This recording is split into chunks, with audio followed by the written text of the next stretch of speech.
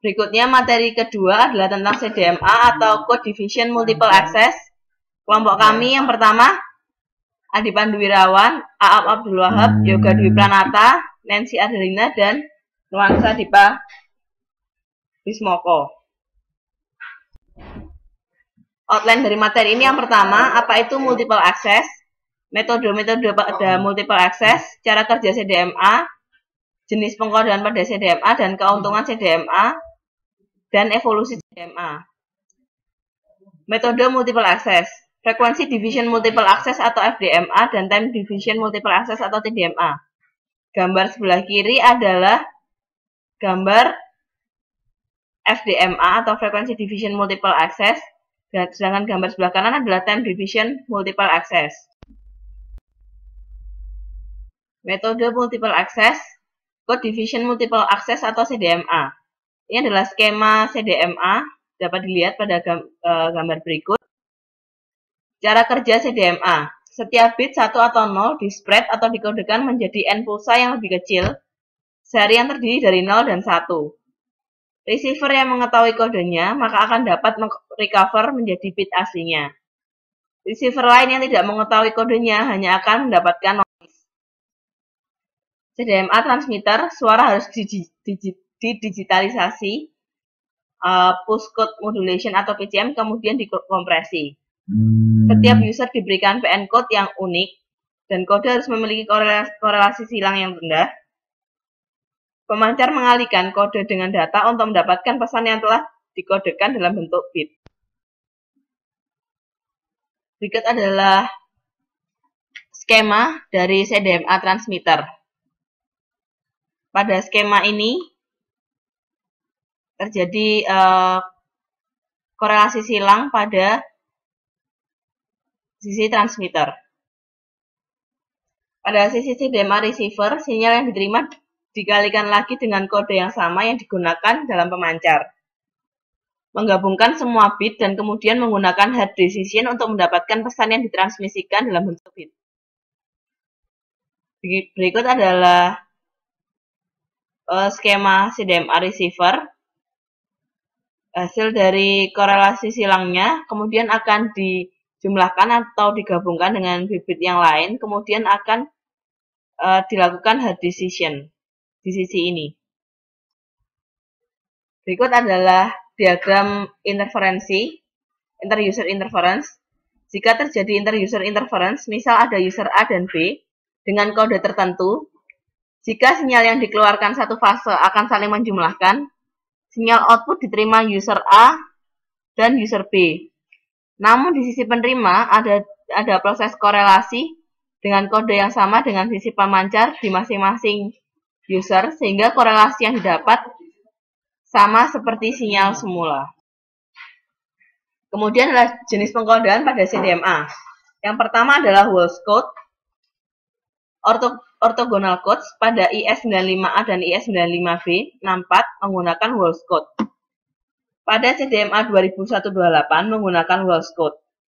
Yang kedua adalah short PN code yang terdiri dari 16 bit, digunakan untuk identifikasi BS dan selnya.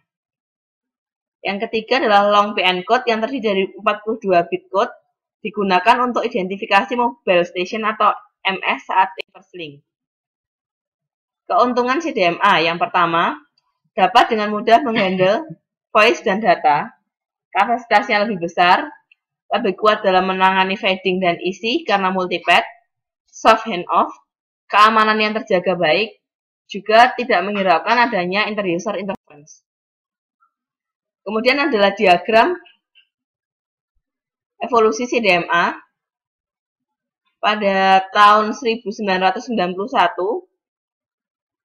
teknologi yang digunakan adalah IS95A, sampai pada tahun 2010, teknologi yang digunakan sudah merupakan FDO revisi C. Pada teknologi IS95, CDMA1, IS95 adalah CDMA yang pertama kali digunakan. Teknologi CDMA1 menawarkan kecepatan 14,4 kbps yang sampai dengan 115 kbps, tergantung pada standarnya. Ada dua macam standar CDMA1. Yang pertama adalah IS95A dan IS95B. Ada IS95A. IS95A pertama kali diterapkan pada tahun 1996 dan merupakan standar CDMA pertama yang digunakan secara komersial. Standar yang memiliki kecepatan 14,4 kbps. Lebar frekuensi yang digunakan oleh standar IS95A adalah 1,25 MHz. Pada IS95B, pada standar ini CDMA dapat digunakan sebagai transfer data dengan kecepatan 115 kbps. Teknologi IS95B pertama kali diterapkan di Korea. Lebar frekuensi yang digunakan lebih lebar dari standar sebelumnya, yaitu menggunakan lebar frekuensi 1,8 GHz sampai 2 GHz. Sistem arsitektur pada CDMA. IS95 adalah spesifikasi Air Interface berdasarkan Direct Sequence atau DS-CDMA. Path diversity dicapai dengan menerapkan soft handoff, suatu teknik perpindahan antar sel. Pemilihan bitrate tersebut 8, 4, 2, atau 1 kbps berdasarkan energi threshold dari sinyal masukan. Baik, selanjutnya adalah arsitektur dari, bisa dilihat arsitektur dari CDMA itu sendiri. Bagaimana dari sebuah BSC menuju ke MSC lalu tersambung dengan BSC atau MSC yang lainnya.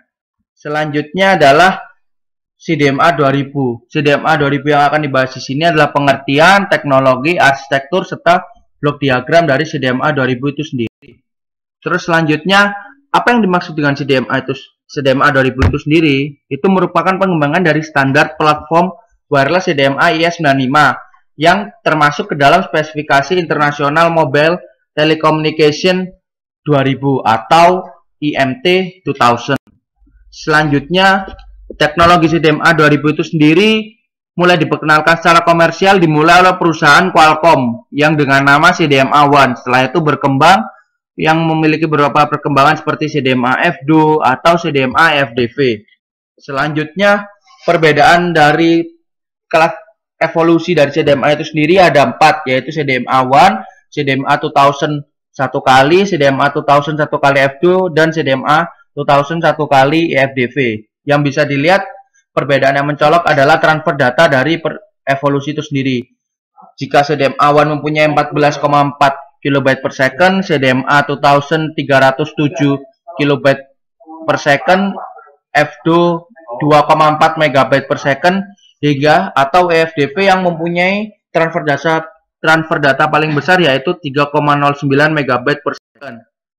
Parameter CDMA 2000 itu sendiri mempunyai beberapa parameter umum dari bitrate, bit per frame, hingga frekuensi Doppler maksimum atau FD. Sementara pengkodeannya sendiri juga mempunyai jenisnya yaitu convolutional encoder dan interlevernya mempunyai blok interlever sebesar 24 kali 16. Selanjutnya, arsitektur CDMA 2000 hampir sama dengan arsitektur CDMA pada umumnya, tetapi di sini mempunyai perangkat-perangkat yang lebih kompleks seperti BTS, BSC, MSC, hingga HLR atau AUC yang untuk Public Telephone Network. Sementara untuk IP networknya dari telepon genggam atau telepon rumah hingga mencapai ke router untuk jaringan datanya itu sendiri.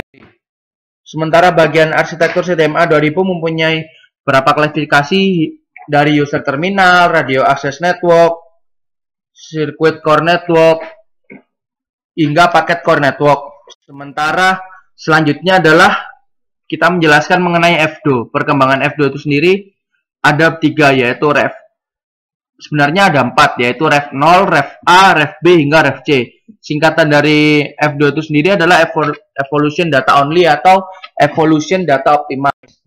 Selanjutnya, teknologi FDO sendiri bisa dilihat perkembangannya dari CDMA 2000 satu kali advance hingga dia mempunyai perkembangan yang paling baru adalah DO Advance. DO Advance itu sendiri bisa dilihat dari transfer datanya mempunyai download sebesar 32 MB per second, sementara uploadnya bisa mencapai 12,4 MB per second, hampir 2 kali upload dari multi-carrier FDO itu sendiri. Sementara arsitektur FDO-nya bisa dilihat lebih kompleks lagi, bisa dilihat dari telepon genggam hingga mencapai ke PDSN atau MSC itu sendiri. Sementara perbedaan antara ref A dan ref B bisa dilihat hanya terdapat pada terminal dan BTS. Sementara NRC, PDSN, dan MMD itu sendiri mempunyai platform yang sama.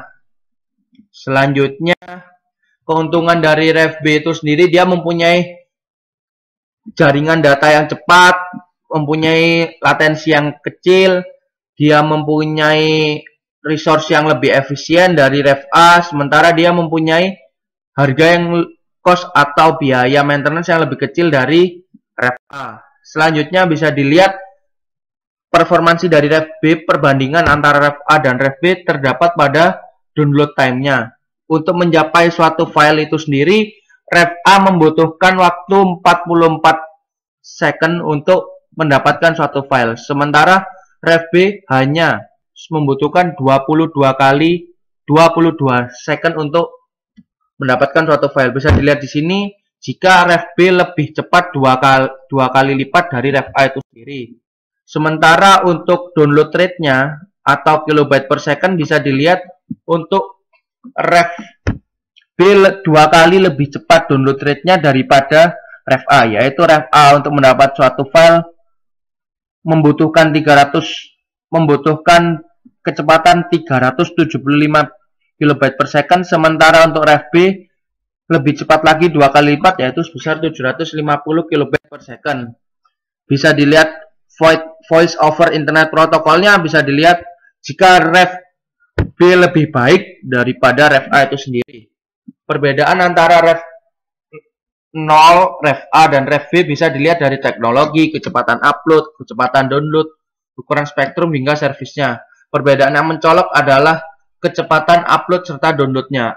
Untuk upload yang 3 carrier dari ref B itu sendiri bisa mencapai 5,3 MB per second, sementara untuk downloadnya bisa mencapai 9,3 MB per second. Tentu saja itu berpengaruh pada service data dan voice dari ref B itu sendiri, yang tentu saja lebih baik dari ref A itu sendiri.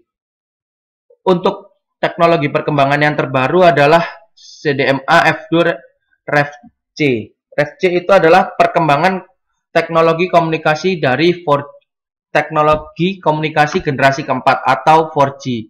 Dia juga biasa disebut dengan Ultra Mobile Broadband yang mempunyai transfer data hingga mencapai 288 MB per second. Bisa kita lihat sejarah dari ref C itu sendiri yang mulai dikomersialkan tahun 2009. Dia merupakan penunjukan dari perkembangan CDMA 2000. Dia adalah merupakan nama proyek dari 4G dalam grup standarisasi 3GPP2 menjadi CDMA 2000 pada generasi berikutnya. Bisa dilihat juga hampir sama ya untuk perkembangan teknologi ref CDMA 2000 F2 Revision C ini. Dia awalnya adalah dari Qualcomm yang mempunyai nama CDMA 1 yang mempunyai perkembangan dari CDMA F2 hingga CDMA EFDV. Tetapi pengembangan yang ref C ini atau Ultra Mobile Broadband ini adalah layanan suara circuit switch real time dan paket data yang mempunyai kecepatan hingga 3,09 MB per second dalam sinyal pembawa radio frekuensi yang sama. Bisa dilihat kecepatan dan aplikasi yang mendukung dari ref C itu sendiri. Dia mempunyai 200 MB per second pada peak position dan dia mempunyai downstream yang mencapai 275 MB per second dan 75 MB per second untuk upstream, sehingga dia dapat dikategorikan dalam 4G. Sementara untuk aplikasi yang mendukung, dia bisa mendukung untuk voice over internet protocol, multimedia, dan sebagainya, sehingga dia mempunyai aplikasi yang mendukung yang sama dengan jaringan WiFi, WiMAX, dan Ultra Wideband. Sementara dia dari Revision C itu sendiri mempunyai beberapa kelebihan, antara lain mendukung servis multimedia interaktif, telepon free, dan wireless internet. Jadi dia lebih cepat dari ref B dan ref A. Dia mempunyai bitrate yang lebih besar dari 3G.